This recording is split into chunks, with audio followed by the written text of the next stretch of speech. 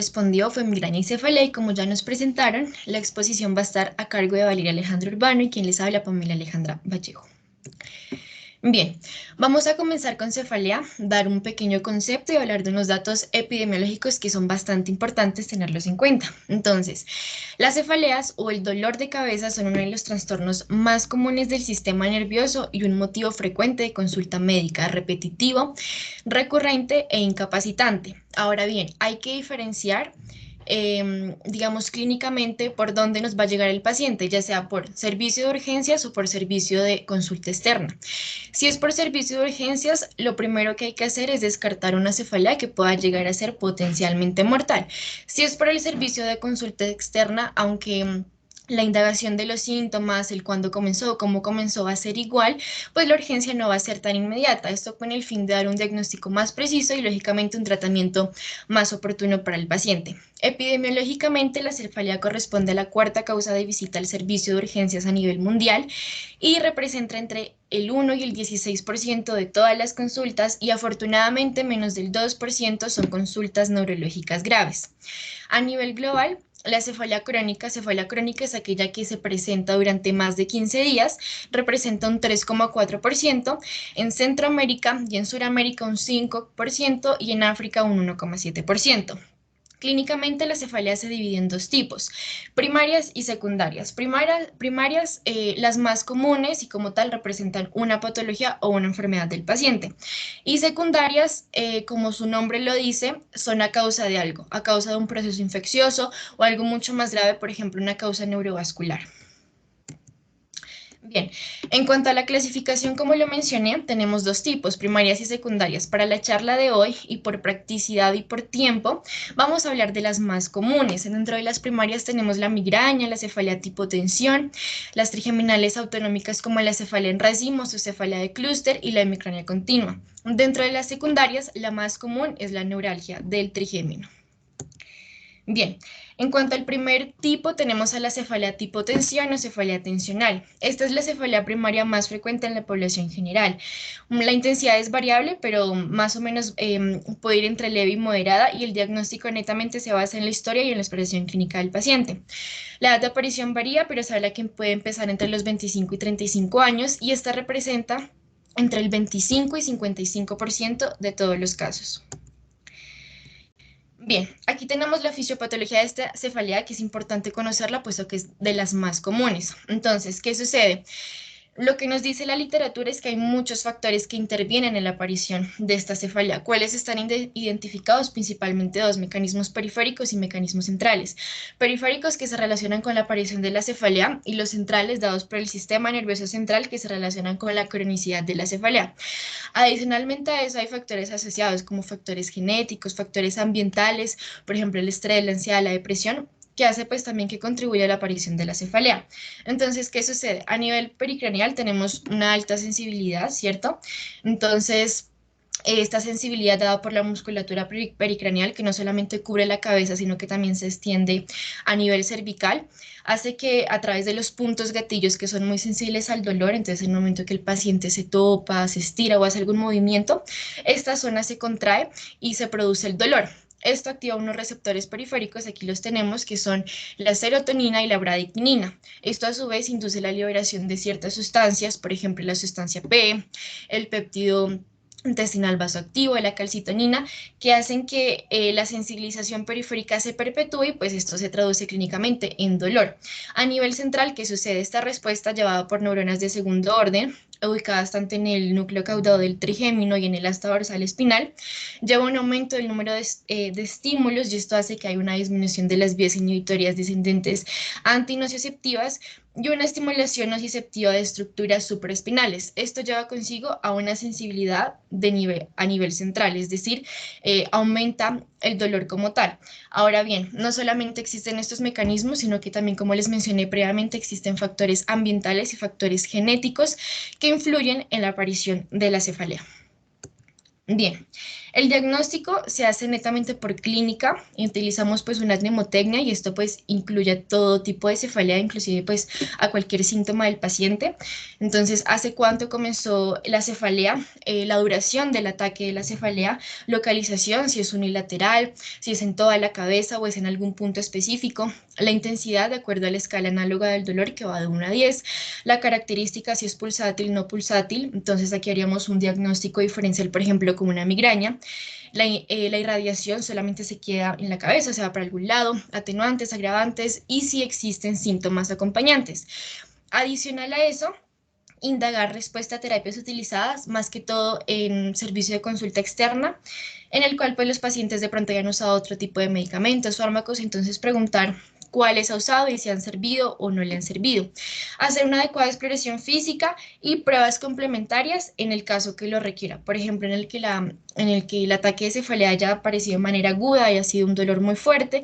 Por ejemplo, en pacientes inmunocomprometidos, pacientes adultos mayores, pues hay que indagar y descartar una posible, por ejemplo, cefalea ya no de tipo primario, sino secundario. Bien, ¿qué nos dice la clasificación internacional de trastornos de cefalea edición número 3? Aquí tenemos los criterios diagnósticos de la cefalea tensional frecuente, es decir, la cefalea tensional de tipo agudo, que es aquella cefalea que ocurre entre 1 y 14 días, que más o menos dura entre 30 minutos a 7 días y que tiene las siguientes características: bilateral, no pulsátil, de intensidad leve a moderada y que no se agrava por la actividad física. Aquí tenemos otros criterios para la cefalea tensional crónica que no es tan común y es básicamente lo mismo, lo que cambia es la duración de los ataques de cefalea, que esta pues es mayor a 15 días. Bien, en cuanto al manejo, aquí tenemos un algoritmo de tratamiento de la cefalea tensional, el cual se divide en dos tipos: la cefalea tensional episódica infrecuente y la episódica frecuente y crónica.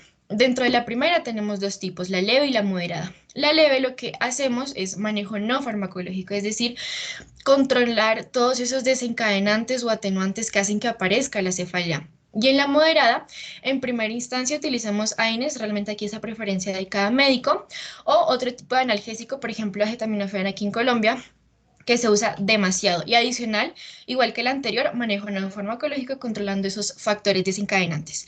En cuanto al segundo tipo, tenemos la cefalea tensional episódica frecuente y crónica. Tenemos la leve y moderada. Leve, igual que en la anterior, un manejo no farmacológico en el cual controlemos esos factores desencadenantes.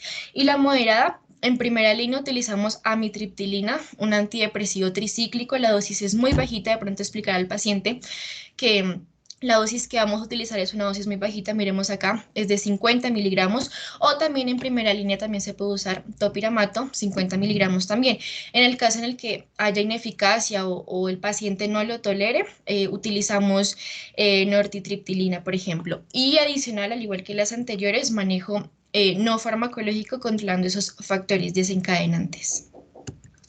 Bien, luego seguimos con la siguiente clasificación, que son las cefaleas trigémino autonómicas, denominadas así por el recorrido del nervio trigémino, en este caso por la primera rama, es decir, la rama oftálmica, como lo vemos en la imagen. Importante tener en cuenta que estas cefaleas son de las más graves, son de las más complejas, por decirlo así. El paciente realmente lo manifiesta por un dolor grave, de muy grave a severo, y esta a su vez se divide en 4 tipos: la cefalea en racimos o cefalea de clúster, que es la más común, la hemicrania paroxística, la cefalea neuralgiforme unilateral de breve duración y la hemicrania continua. La cefalea en racimos, como lo mencioné, es la cefalea más frecuente. La edad de comienzo varía, pero se habla que puede empezar alrededor de los 15 años de edad. ¿Cuáles son los factores desencadenantes? Nos habla la literatura del tabaco y el alcohol. Y a nivel genético es responsable aproximadamente entre un 5 a un 10% por herencia autosómica dominante. Como lo vemos en la imagen, el dolor es específico, hay localizaciones específicas, a diferencia de la tensional, que es en toda la cabeza. En este caso, se localiza en la región orbitaria, como lo vemos, en la supraorbitaria, en la región temporal y en la región frontal. El diagnóstico, como lo tenemos acá, entonces pues se hace, el paciente nos va a referir un dolor supremamente grave, supremamente fuerte, unilateral en la región orbitaria, supraorbitaria o temporal. Miremos que los ataques son más cortos, de 15 a 180 minutos, y los ataques varían en cada persona. Puede ocurrir un ataque cada 2 días e inclusive en un solo mismo día pueden ocurrir 8 ataques o más. Importante no solamente en esta cefalea, sino en las otras dentro de esta clasificación que están asociadas a síntomas disautonómicos, como por ejemplo inyección conjuntival, epíforas o lagrimeo, congestión nasal, sudoración, miocistosis o edema. ¿Cuál es el tratamiento ideal? Triptanes, en este caso en primera línea se utiliza sumatriptán 50 miligramos. Bien, en cuanto a los criterios diagnósticos, ¿qué nos dice la clasificación internacional de trastornos de cefalea? Lo que ya les mencioné, el dolor en la región orbitaria, supraorbitario temporal, duración de 15 a 180 minutos, asociado a los síntomas que les mencioné previamente. Ahora bien, importante tener en cuenta y clasificar si hablamos de una cefalea en racimos episódica o crónica. Episódica, aquella que los periodos ocurren entre 7 días y un año sin tratamiento, separados por periodos de remisión sin dolor que duran al menos 3 meses o más. Mientras que la crónica es básicamente lo mismo, pero no hay periodos de remisión, o los periodos de remisión son muy cortos o pues menores a 3 meses. Bien, la siguiente clasificación es la cefalea hemicránea paroxística. Se habla que la edad de inicio varía, pero pues la literatura nos habla entre la tercera y cuarta década de la vida. A nivel pues fisiopatológicamente hay una activación a nivel del hipotálamo y el dolor es intenso, unilateral, localizado tanto en región orbitaria, supraorbitaria o en región temporal. Estos son más cortos, miremos que es de 12 a 30 minutos y al igual que el anterior se acompaña de síntomas disautonómicos. El diagnóstico se realiza por la clínica igualmente, haciendo una adecuada exploración física, pero importante también acá tener en cuenta y clasificar si hablamos de una cefalea de tipo episódica o crónica. Episódica en la que los periodos de remisión sean mayores a 3 meses y crónica en que no haya periodos de remisión o sean menor a 3 meses. ¿Cuál es el tratamiento ideal? Oxígeno al 100%, realmente los pacientes alivian casi que de inmediato los síntomas o indometacina, porque aquí pusimos respuesta con indometacina, pues aquí para no todo dolor de cabeza, para no toda cefalea, se debe formular indometacina. No todas las cefaleas responden a este medicamento y es importante tenerlo en cuenta. Por ejemplo, la cefalea en racimos o de clúster no responde a indometacina, esta sí, como las que ya vamos a ver posteriormente. Y aquí tenemos los criterios diagnósticos según la clasificación internacional de cefalea, como ya lo he ido mencionando. Bien, luego tenemos a la cefalea neuralgiforme,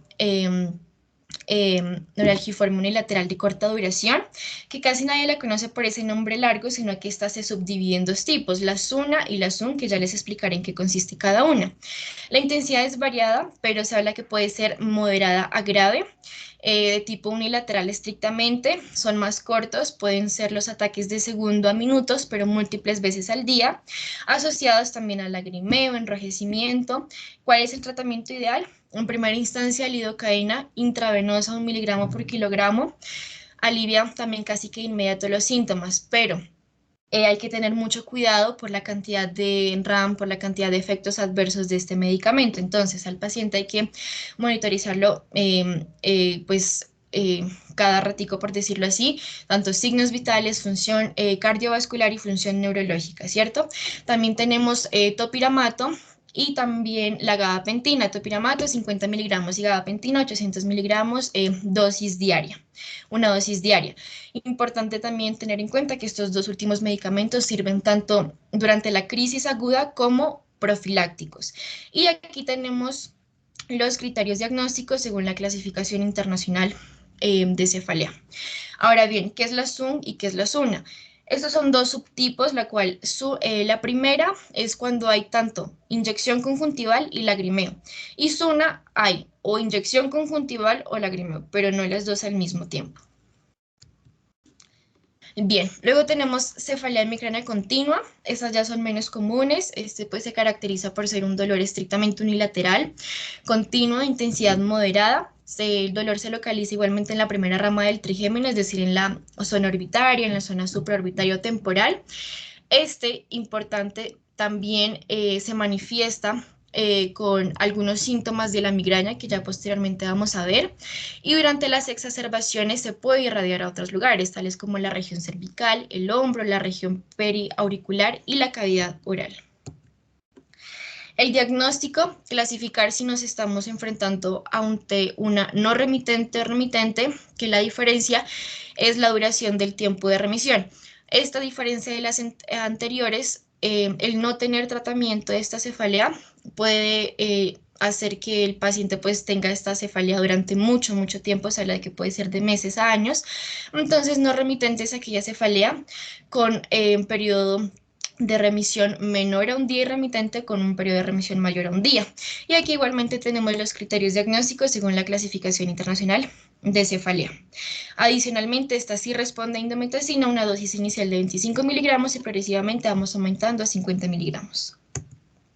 Bien, aquí tengo un resumen de lo que ya les he venido comentando. Miremos que, por ejemplo, la mayoría tiene una ligera predominio en las mujeres, pero también se da en los hombres. Aquí está el tipo de dolor, el sitio, en todas se va a dar en la región del recorrido del trigémino, en la zona orbital, temporal, supraorbital, en la región frontal. Disparadores, o sea, o los desencadenantes, el alcohol en la mayoría, el estrés, por ejemplo, en la zona estímulos táctiles. A la indometacina, como lo mencioné, la de clúster no responde y la neuralgiforme, la songilacina tampoco responde, mientras que la paroxística y la de migraña continua sí responde. Tratamiento abortivo o durante la crisis aguda, en la de clúster triptanos, como lo mencioné, en la paroxística indometacina, que sirve tanto para crisis como para profilaxis, la neuralgiforme lidocaína y el topiramato y gabapentina, que funcionan en las dos, y la migraña continua, indometacina, tanto en crisis como en profilaxis. Y en profilaxis, por ejemplo, en la de clúster tenemos verapamilo, glucocorticoides, en la paroxística indometacina, verapamilo, hay en esa preferencia, y en estas, como ya lo mencioné previamente.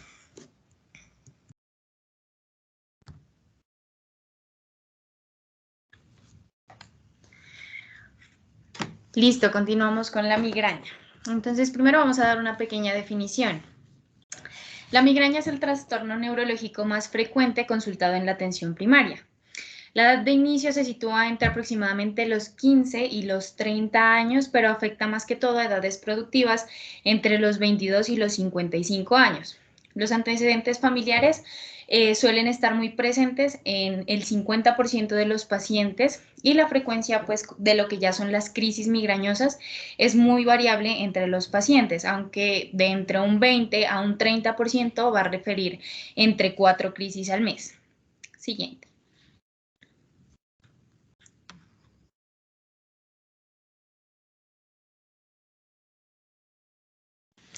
Listo, hablar de la fisiopatología es algo muy importante. Se considera que el sistema trigémino vascular es el sustrato anatómico y fisiológico a partir del cual pues, se va a originar como tal la transmisión nocioceptiva y va a dar lugar a lo que conocemos como el dolor migrañoso.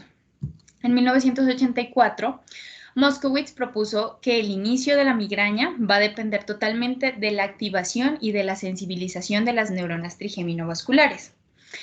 Todas estas van a ser de primer orden y las vamos a encontrar en la imagen de color rojo.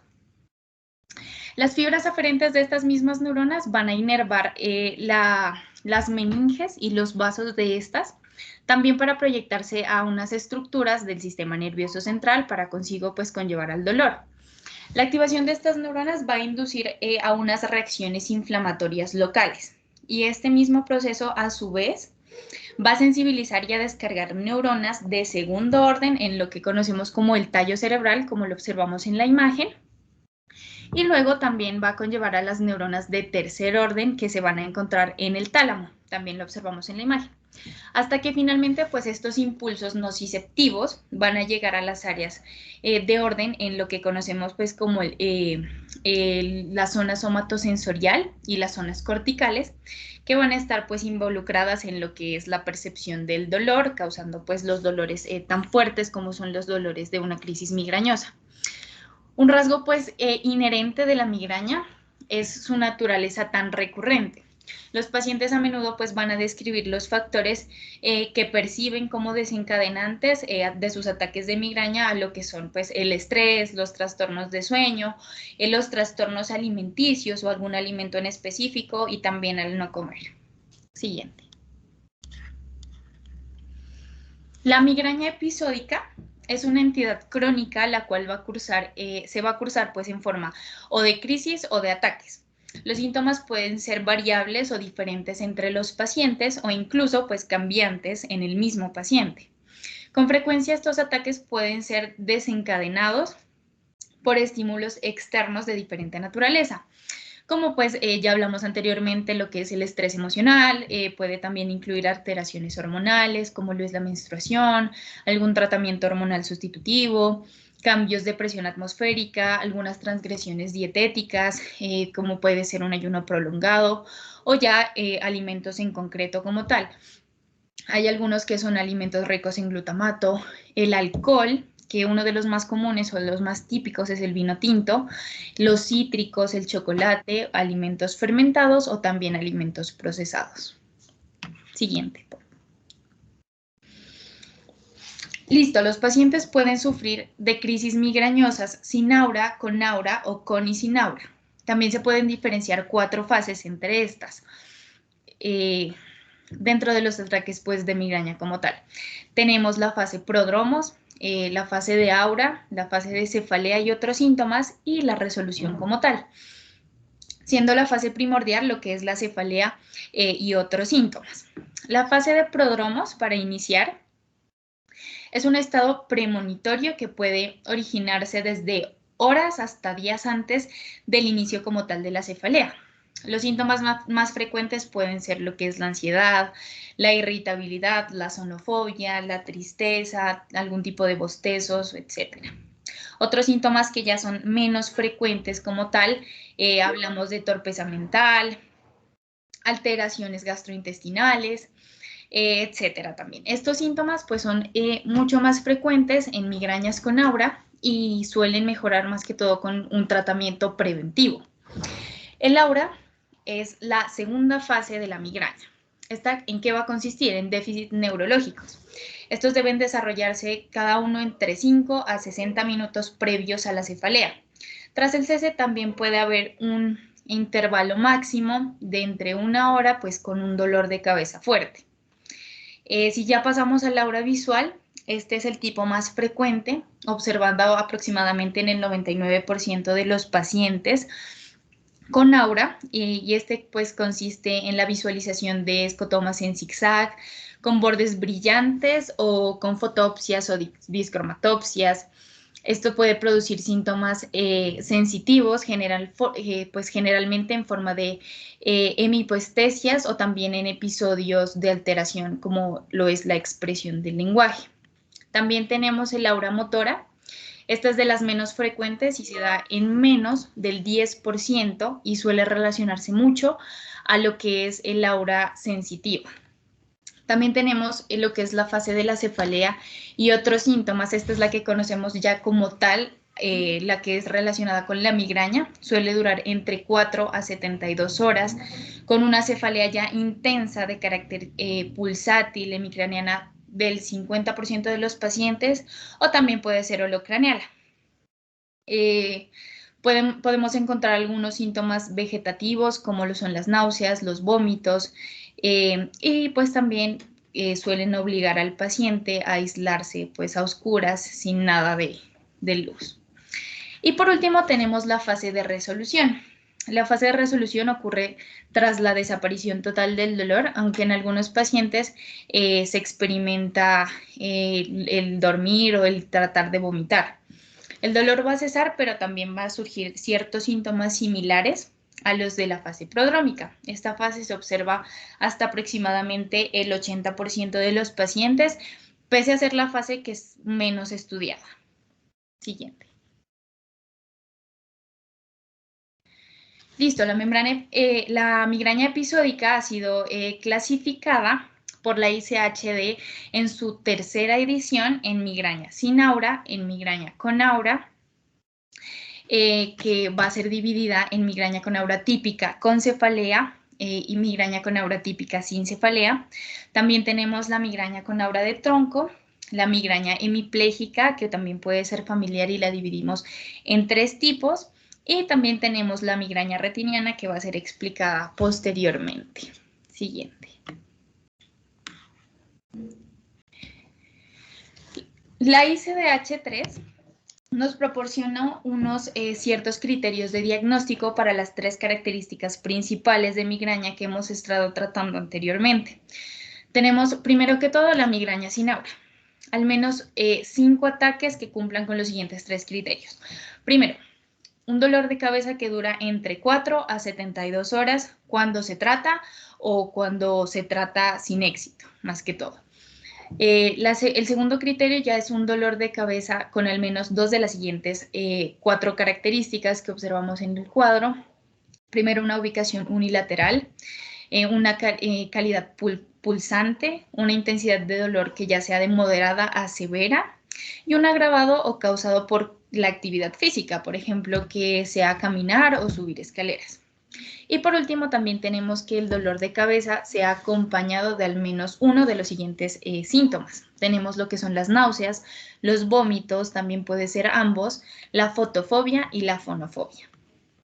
En cuanto a la migraña con aura, esta es al menos 2 ataques que cumplan los siguientes 2 criterios. El primero, uno o más de los siguientes síntomas de aura que son completamente reversibles. Tenemos lo que son los síntomas visuales, sensoriales, de habla o lenguaje, o también puede ser ambos, el motor, el tronco encefálico y el retiniano como tal. Y como segundo criterio tenemos que tenga al menos 3 de las siguientes 6 características. Entonces, primero que sea al menos un síntoma de la aura que se propaga gradualmente durante un periodo de aproximadamente 25 minutos, menor a 5 minutos. Tenemos también 2 o más síntomas de aura que ocurren en sucesión, que cada síntoma de la aura dure entre 5 a 60 minutos, que al menos un síntoma de la aura sea unilateral, también que al menos un síntoma de la aura sea positivo, y por último, que el dolor de cabeza que acompañe la aura o que siga la aura esté dentro de ese rango de los 60 minutos. Y por último, tenemos también a la migraña crónica. Estos ya son dolores de cabeza sugestivos de migraña o dolores de cabeza ya muy tensionales. Estos están mayor de 15 días al mes durante 3 meses que cumplen los siguientes criterios. Primero, que ocurre en un paciente que ha tenido al menos 5 ataques que cumplen los criterios de migraña sin aura o los criterios de migraña con aura, o también pueden relacionarse ambos. Y el segundo criterio es que en más de 8 días al mes durante 3 meses tenga características de migraña sin aura o de migraña con aura, o también que el paciente crea que sea una migraña que al inicio se alivia con algún tipo de triptano. Siguiente. Listo, para explicar más a fondo cada una, primero empecemos con la migraña de aura de tronco.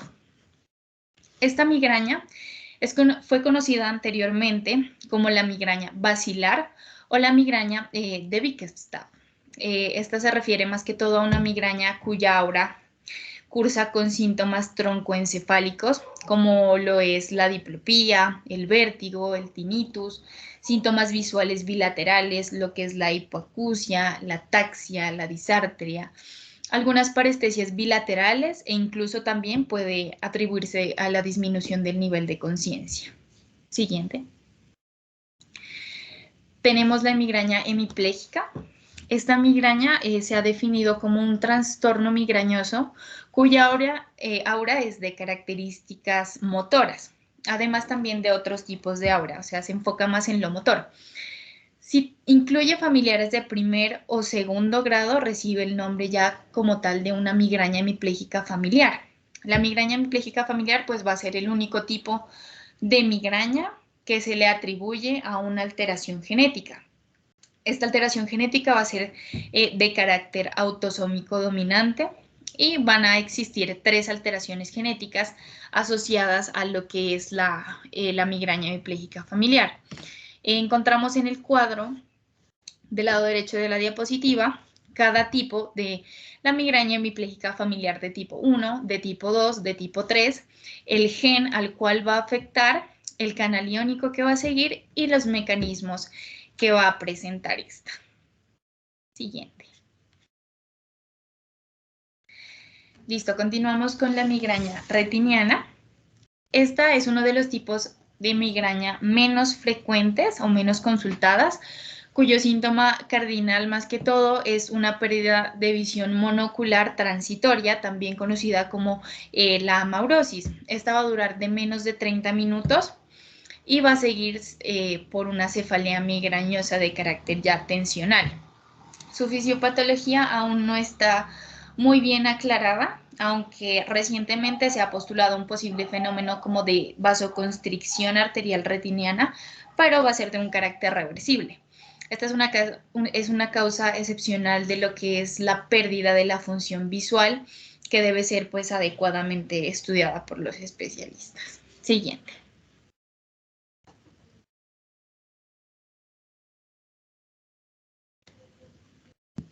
Bueno, la migraña crónica la vamos a definir como aquella cefalea que va a aparecer durante 15 o más días al mes, durante más de 3 meses, los cuales pues al menos 8 días al mes se va a presentar una crisis migrañosa. En cuanto a la epidemiología de esta, hablamos de que representa a un 8% de todos los casos de migraña.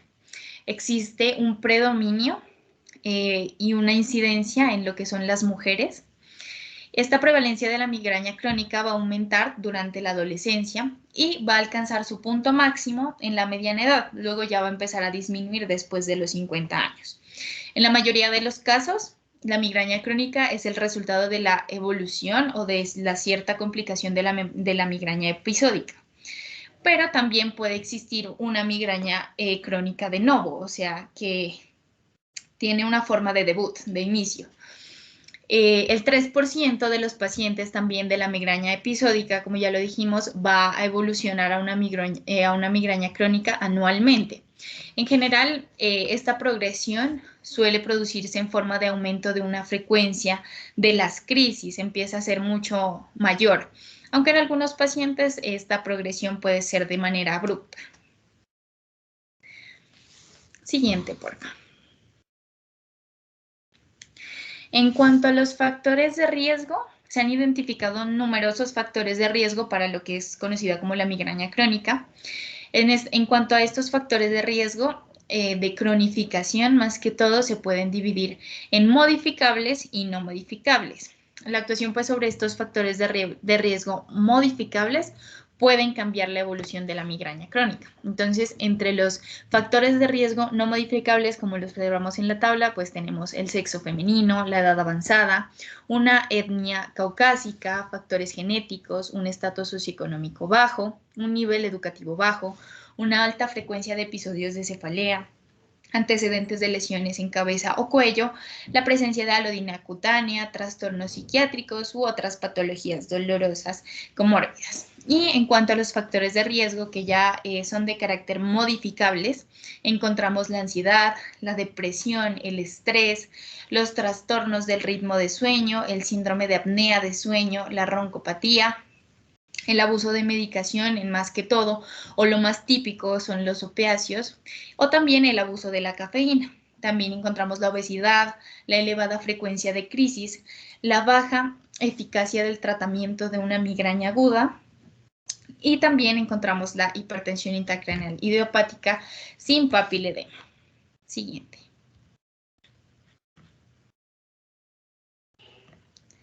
Listo. La migraña crónica refractaria, encontramos que para un buen diagnóstico de esta migraña crónica refractaria, los pacientes deben padecer una cefalea que produzca algún tipo de interferencia funcional significativa y alguna repercusión en lo que es pues, la calidad de vida de cada paciente. Todo aquello, pues a pesar de la modificación y de los desencadenantes, van a afectar los factores del estilo de vida de la persona y también pues se puede modificar teniendo teniendo algún tipo de tratamiento preventivo adecuado.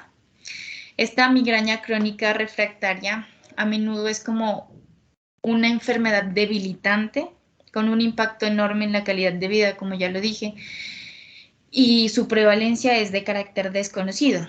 Según algunos datos que fueron publicados, hasta el 5% de los pacientes con una migraña tratada suelen sufrir casos de migraña crónica refractaria. Siguiente. Listo, por último tenemos el manejo de la migraña o el tratamiento. Bueno, para iniciar, es decir, que la migraña aguda en urgencias, primero se va a tratar con algunos medicamentos que han sido de mejor evidencia aquí en Colombia, que van a ser los AINES, y posterior a estos, pues también se van a usar los triptanes, son de los más eficaces, el sumatriptán y el naraptriptán. Aquí pues también trajimos un algoritmo de tratamiento para un ataque de migraña.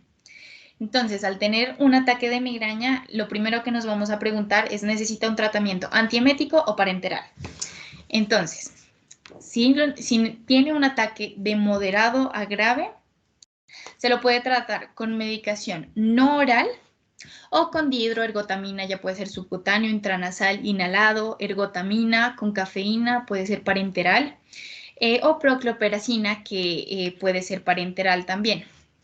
También utilizamos los triptanes ya nombrados anteriormente, pueden ser subcutáneos o intranasales. Si hay una respuesta clínica eficaz, se continúa, y si no hay, se administra dihidroergotamina más procloperacina intramuscular y ketorolaco también intramuscular. Si hay una respuesta clínica eficaz, se continúa, y si ya no encontramos una respuesta o hay una respuesta ya inadecuada, se requiere hospitalización y clínica. Si hacemos esta misma pregunta, pero el ataque de migraña ya es de leve a moderado, lo que vamos a administrar son antieméticos vía oral o parenteral, y también AINES o analgésicos, o también una combinación de analgésicos. También puede haber una respuesta eficaz, se va a continuar, y si no la hay, vamos a administrar medicación ya no oral, vamos a administrar dihidroergotamina subcutáneo, intranasal o también inhalado, ergotamina más cafeína, que va a ser parenteral, y los mismos triptanes, que pueden ser subcutáneos o intranasales. Si ya en estos ataques de migraña no va a ser leve a moderado, entonces si ya no es así, se administra AINES y analgésicos. Si hay una respuesta ineficaz, lo que vamos a hacer es administrar triptanos, y si no, también se continúa. Y por último, también si tenemos entre este ataque de migraña una respuesta que no es ni moderada ni tampoco es grave, se va a administrar también los mismos triptanos. Con las respuestas, si es eficaz, la vamos a continuar, y si ya es ineficaz, lo que vamos a administrar es una medicación no oral. Vamos a administrar dihidroergotamina subcutánea, intranasal o también inhalada, ergotamina más cafeína parenteral, y los triptanes, ya sea subcutáneo o intranasal, como lo vinimos haciendo anteriormente. Muchas gracias.